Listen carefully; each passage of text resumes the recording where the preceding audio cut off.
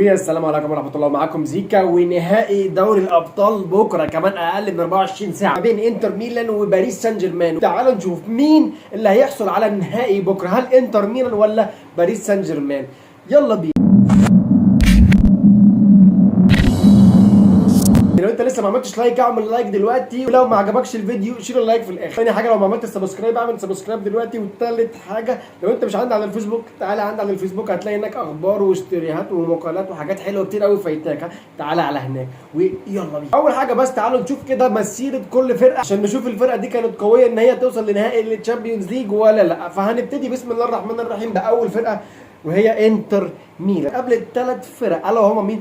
برشلونه والبايرن وفاينورد. يعني دول الثلاث فرق اللي احنا نقيس عليهم قوه انتر ميلان. فاينورد طبعا مش هتكلم عليها، يعني فاينورد يعني هي جت هنا غلطه ماشي. اللي بعديها البايرن. انتر ميلان صعدت بصعوبه بالغه الشده على بايرن ميونخ، مع ان بايرن بالنسبه لي ما كانتش اقوى فرقه، عادي كانت الفرقه اللي هي كويسه. بايرن مش زي بتاعت زمان يا جدعان. بايرن فينسنت كامباني، وانا بقول لك اهو فينسنت كامباني اخذ الدوري مع البايرن عشان اصلا ما فيش في الدوري الالماني غير بايرن ميونخ. بايرن ليفركوزن كانت موجوده ولكن طبعا مش بنفس قوه بايرن ميونخ ولا اللعيبه بنفس الجوده. انتر تكسب بايرن ميونخ وتعديها، فما اعتقدش ان دوت كان شيء كبير. الكبير فعلا بقى يا باشا اسمه برشلونه، ان هي عدت برشلونه. ولكن كان في ماتش ذهاب نار على زيت حار انا موافق جدا عليه. الانتر عمل ماتش خرافي قدام برشلونه كان عندها عتاوله في الهجوم. كفايه بس كفايه لامين يامال، وطبعا بقى انت عندك رافينيا وعندك بدري وعندك ديونج وعندك لا برشلونه كانت تقيله قوي. اما ماتش العوده فالانتر صعدت على برشلونه ولكن بدون اي اقناع. كان في جدل تحكيمي كبير فشخ الماتش دوت، وكان في ناس كتير قوي وانا من ضمنهم كنت بقول ان برشلونه كانت احق من انتر ان هي توصل للنهائي. طب دوت بالنسبه لانتر ميلان وقصتها في دور خروج المغلوب من دوري الابطال. تعالى كده نبص على باريس سان جيرمان اللي انا بشجعها وبعيدا عن العاطفه تماما.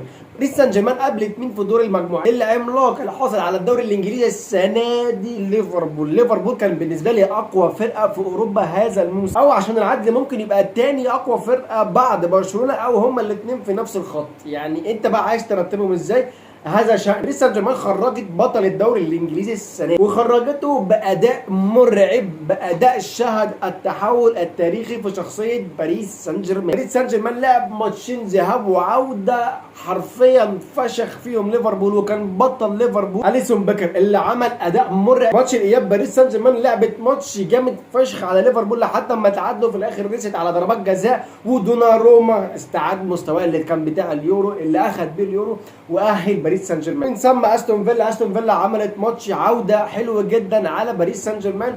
ومن ثم ارسنال اللي اخرجت الملكي ريال مدريد. فباريس سان جيرمان اخرجت بطل الدوري الانجليزي واخرجت اللي خرج عملاق دوري ابطال اوروبا. باريس سان جيرمان كان طريقها اصعب بكتير قوي من انتر ميلان. دي اول نقطه، مشوار الفريقين. ثاني نقطه ان انت عندك الالقاب اللي حصل على الفرقتين الموسم ده. انتر ميلان كان بينافس على الثلاثيه، فجاه في اخر شهر ما بقاش بينافس على اي بطوله غير هي البطوله ديت، وهو دوت الامل الوحيد ان انتر ميلان ما تخرجش بموسم صفري. حافز عند اللعيبه هيبقى بص عملاق، هم عندهم جريده الطليان دي عاليه جدا. انما لو جينا لباريس سان جيرمان فباريس سان جيرمان واخده كاس وواخده دوري تقريبا شبعانه شويه ببطولات. ليه؟ لا معاها بطولتين. ولكن اللي مش عادي ان ديت اول بطوله لباريس سان جيرمان لو هم حصلوا عليها، اول بطوله في دوري ابطال اوروبا، فدوت لوحده حافز بعيد قوي. زي ما انتر ميلان عندهم جرينتا، باريس سان جيرمان بقى عندها عقليه انتصاريه فشيخه، وعندها الفريق كله بيلعب بروح واحده. مفيش حاجه اسمها النجم بتاع الفريق زي زمان اللي هو كان كيليان امبابي ونيمار وميسي وابراهيموفيتش والناس العتاوله دي كلها.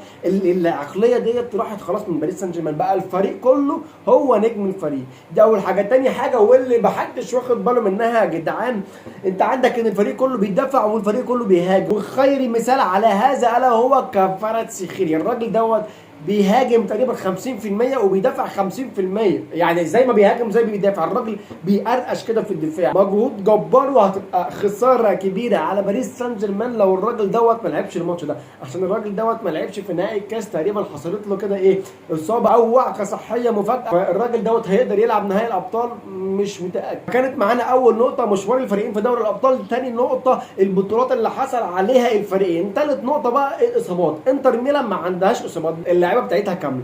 انت عندك في باريس سان جيرمان كفاراتسخيليا حواليه دوت هيأثر جامد على هجوم باريس سان جيرمان ودفاع باريس سان جيرمان، لان كفاراتسخيليا بيهاجم وبيدافع في نفس الوقت فشيخ. الثلاثه فاكتور دول كده لو جمعتهم على بعض وضربتهم في الخلاط يطلعوا لك مين اللي هيكسب دوري الابطال السنه دي. وانا في رايي والاهم رايكم يعني باريس سان جيرمان، وايه العقل بيقول باريس سان جيرمان والقلب كمان بيقول باريس سان جيرمان، فاتمناها تكون لباريس سان جيرمان. ده كان رايي انا، واهم حاجه اكيد رايكم انتوا. عايز اعرف في الكومنتات تحت لو انت شايف ان باريس سان جيرمان هي اللي هتكسب، اكتب لي في الكومنتات كده فقط الاول اللي هو اول بطوله لباريس سان جيرمان في دوري الابطال. لو انت شايف ان الانتر هي اللي هتكسب اكتب لي الرابع، اكتب لي كده الرابع، عشان دي هتبقى الرابع بطوله لانتر ميلان بعد موسم 63 64 ده في التسعينات، موسم 64 و65 ده برضه في التسعينات، وموسم 2009 2010 الشهير بتاع الثلاثيه بتاع مورينيو. استني رايك في الكومنتات تحت. سلام.